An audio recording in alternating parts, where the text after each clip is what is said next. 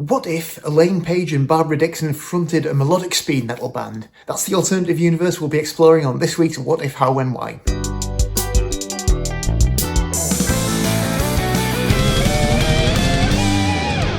Hi, my name is Morgan Brown, and every Monday I upload a new What If video to my YouTube channel. The idea of these videos is that each week I pick a different popular song and imagine an alternative universe in which some change of circumstances causes that song to come out completely different from the version that we know and love. I then take the original lead vocal of that song and record a new backing track to it using just GarageBand and whatever instruments I happen to have to hand in order to bring that alternative version of the song to life. So the song I picked this week was I Know Him So Well by Elaine Page and Barbara Dixon, and I tried to reimagine that as a melodic speed metal song. So if you haven't had a chance to listen to that yet, here's a little taster.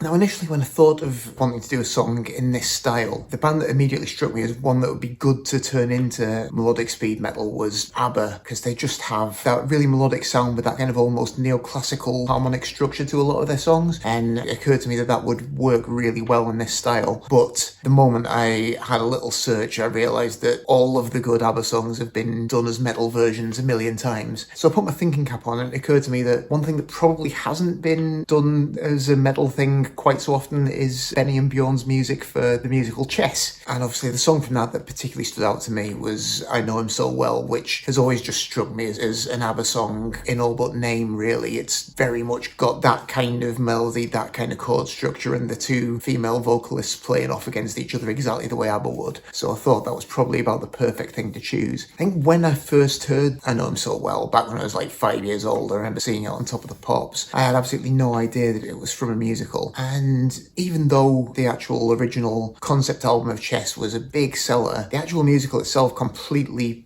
passed me by. I am quite a fan of the occasional musical, and I normally at least have a clue what things are about, but Chess, not at all. I think it was quite a big hit in the UK, a bit of a flop on Broadway, I gather. But yeah, really didn't know anything about it at all until I decided to do this song, and then I actually looked it up and learned a few facts. But yeah, it's a strange one. Benny and Bjorn from ABBA teaming up with lyricist Tim Rice to write a musical based on a chess tournament that works as a sort of analogue for the tensions of the Cold War at the time. A curious concept, and not necessarily you'd think one that was designed for immediate success, but like a bunch of the Andrew Lloyd Webber and Tim Rice musicals, they actually initially put it together as a concept album, not necessarily conceiving it as a full stage show initially, just coming up with the plot, writing the main songs, and recruiting people to play the parts just as far as performing the songs goes. And then I guess the idea would be if the album does well and sells well, then, you know, it gets people excited about the idea of the stage show and also goes some way towards funding the show. And two of the people who were brought in to sing the two female leads were Elaine Page and Barbara Dixon. I guess Elaine Page by that point was already a bit of a West End legend going back to the end of the 60s or the early 70s, and Barbara Dixon had originally come out of playing the folk clubs, but then had been discovered by Willie Russell, the great Liverpool playwright, who cast her in his musical John, Paul, George, Ringo and Bert, and then went on to cast her more famously in Blood Brothers, which I think was her first actual acting role. I know Andrew Lloyd Webber and Tim Rice brought her in to sing one of the parts on Evita, but she was never actually in the stage show as far as I believe. So yeah, although the musical itself remained pretty obscure to me, as I say, that particular song was a really big hit in the UK. I guess the public, hungry for stuff that sounded like ABBA following that band's dissolution, were very happy to hear this song that was pretty much an ABBA song in all but name. And it is a really effective bit of work. Couldn't speak for how it works in the context of the show, but just as a straight up pop song, it's always been a good one. The one other hit from that album was One Night in Bangkok by Murray Head, which I don't think had as widespread or lasting an impact, but is a very entertaining bit of a time capsule of a pop single as well in its own right. Very strange record, but definitely not as broad in its appeal as I Know Him So Well. It's a good song, and it's a song that I actually have a little bit of a history with too, because many many years ago. I used to play guitar in a band called 3 Minute Margin, and for some reason we decided one day to do a cover of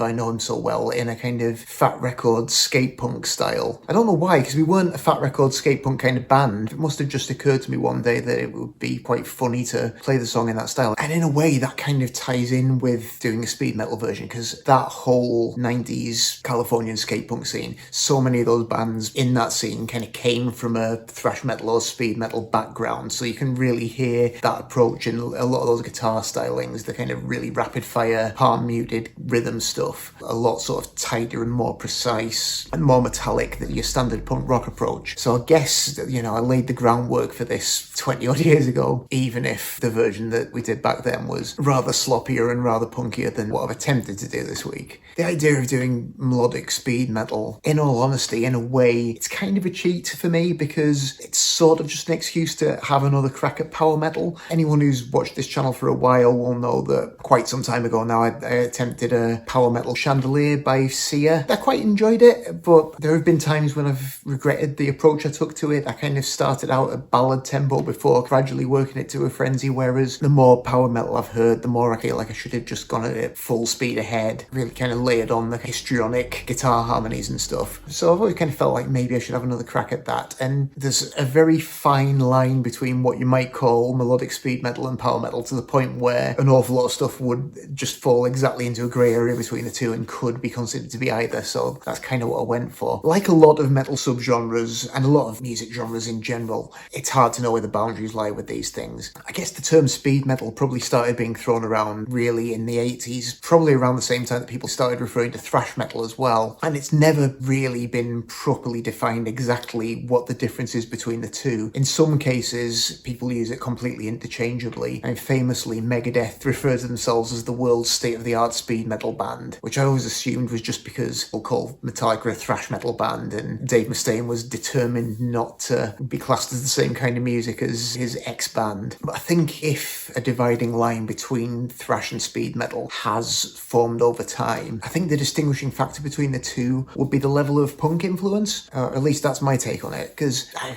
probably define thrash metal as heavy metal based on the Judas Priest and new wave of British heavy metal template, Motorhead as well. So sort of fast driving metal combined with elements of things like UK82 punk, the likes of Discharge, GBH, and also American hardcore punk that was happening at the same time over the other side of the Atlantic. Bands like the Bad Brains and Minor Threat. So a big chunk of that classic metal sound, but with the rawness and the aggression of those punk sounds, the kind of down-to-earth aesthetic as well of that, taking things away a bit from the more fantasy-based metal world and into the sort of grim reality of punk in a way, kind of street-level approach. I'd say where speed metal, in my understanding of the term, differs from that would be that it starts from the same place, Motorhead, Iron Maiden, Judas Priest, etc., but adds much less, if any, of those punk influences. It's just kind of taking those metal influences, toughening them up and speeding them up a bit more, rather than cross-fertilizing them with this whole other scene. So you're still talking really kind of fast, aggressive, driving music, but there's a bit more of a traditional metal feel to it. Quite often there's a bit more leaning into that fantastical thematic content. You might see more traditional metal images as well. It's a bit less dirty white sneakers and ripped jeans, a bit more spandex still. The speed metal bands tend to stick a lot more closely to the traditional metal formulas, keeping a certain kind of level of metal purity in there, with some adding more melodic elements, and it's more common in some speed metal scenes than others, but I guess certainly some of the Japanese bands, things get a bit more melodic,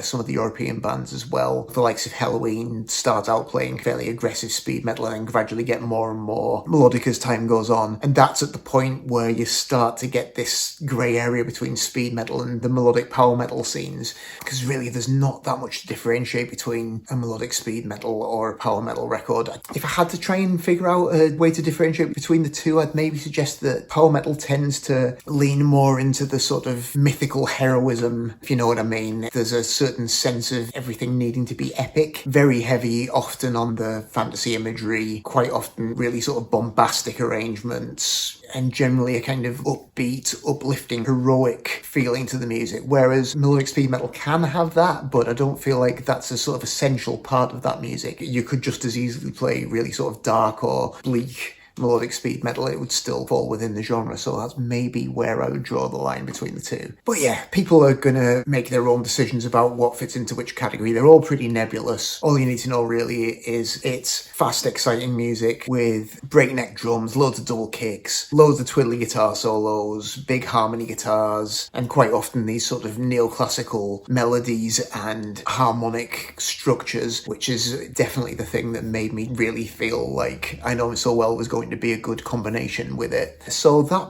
I guess, brings me to this week's alternative universe scenario, in which it's 1984 in our alternative world. The Chess concept album has been released and has been a hit, and to follow that up, they've arranged a big concert at the Barbican, which is a thing that did happen in our world, with people who played the different roles on the album coming in to do a concert performance of all the songs from the record. So we're in preparation for that. Elaine Page and Barbara Dixon are just getting ready to go through a full band rehearsal of their big number, and while everyone's just getting set up, some of the pit musicians are goofing around, and in the midst of this goofing around, the drummer and the guitarist of the pit band suddenly break into this deafeningly loud and very fast impromptu rendition of the song in this breakneck metal style, and Dixon and Page are kind of completely stunned by this, don't really know what to make of it, but they get through the rehearsal and then afterwards get chatting to these two members of the pit orchestra and find that when they're not being session musicians and doing jobs like this, their main real passion is playing in this speed metal band that they're in. And neither Elaine or Barbara have heard of speed metal, so these guys enthusiastically explain the scene to them. One of them's got his Walkman along, so he's playing them bits of Anvil and Metal Church and Loudness and all these speed metal bands that he's very excited about. And Elaine and Barbara, against their better instincts, find themselves getting quite enthused about this. It's music unlike any they've ever heard before. And they get on so well with these lads that they end up being invited to the band's rehearsal the next night just to check it out. So they turn up and they're really enjoying watching these enthusiastic young musicians playing this exciting new music, and they're getting on with them so well that eventually they end up suggesting, oh, how about if we have a go at doing a proper version of that speed metal version of I Know Him So Well that you were goofing around on in rehearsal the other day. So they quickly cobble together an arrangement, and the moment they start singing it, there's something really clicks, and they just realise that they can't let this incredible musical chemistry that they've got go to waste. So the next thing the general public hears is that Elaine Page and Barbara Dixon are emerging with this band that's now known as the Page-Dixon Group, and they become the new leading force in melodic speed metal. So, in attempting to turn I Know Him So Well into a melodic speed metal, or if you will, power metal song, my first step was, as usual, just getting an isolated vocal, dropping it into GarageBand, syncing it up to the grid. There's quite a lot of rhythmic ebb and flow in the original song, so it took quite a lot of tweaking to get it to a regular metronomic time, but we got there in the end. I sped it up loads because we really wanted a rattling pace. I mean, if I was being really authentic to the genre, I should probably have sped it up even more, but I have to be conscious of the fact that I have to be able to play this stuff, so it went about as fast as I thought I could manage to actually still keep up. Programmed some drums on, for the most part a pretty pounding kind of like heads down charge of a drum beat, with a few bits that drop to half time, that kind of thing, just to add a bit of variety. Some decent bursts of fairly frantic double kick stuff, some fairly elaborate fills. Added some bass to that. The bass, I think because the guitars are so busy, I didn't want the bass to do too much elaborate stuff, so it just tries to stick to the kick drum as closely as it possibly can. There's a few little inversions of chords and things just to kind of keep that sort of slightly neoclassical sounding harmony going on there, but nothing too elaborate.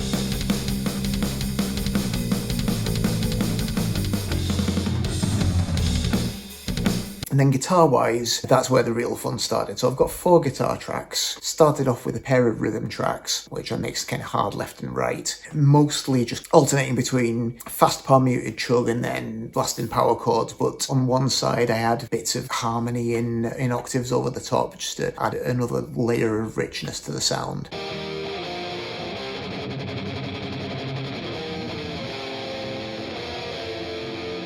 And then over the top of that, 2 lead guitars that pretty much all the way through, in fact they lay out a bit in the first verse, but otherwise they're in there in between vocal lines, just weaving these little harmonies. I'm no metal shredder, as I think I've said before on these things, but I kind of figure if I keep challenging myself to do these metal things, I do hopefully gradually get slightly better at some of these things. So I tried to crowbar in as many little bits of metal technique that I'm trying to learn as possible. So some two-handed tapping in there. I even managed to get some sweep picking in. I'm so bad at sweep picking. It took me about 15 attempts to get those, and then I had to do some editing to actually get it sounding even remotely presentable, but a couple of little bits of sweep picking as well, and then a little improvised duel over the outro as well there.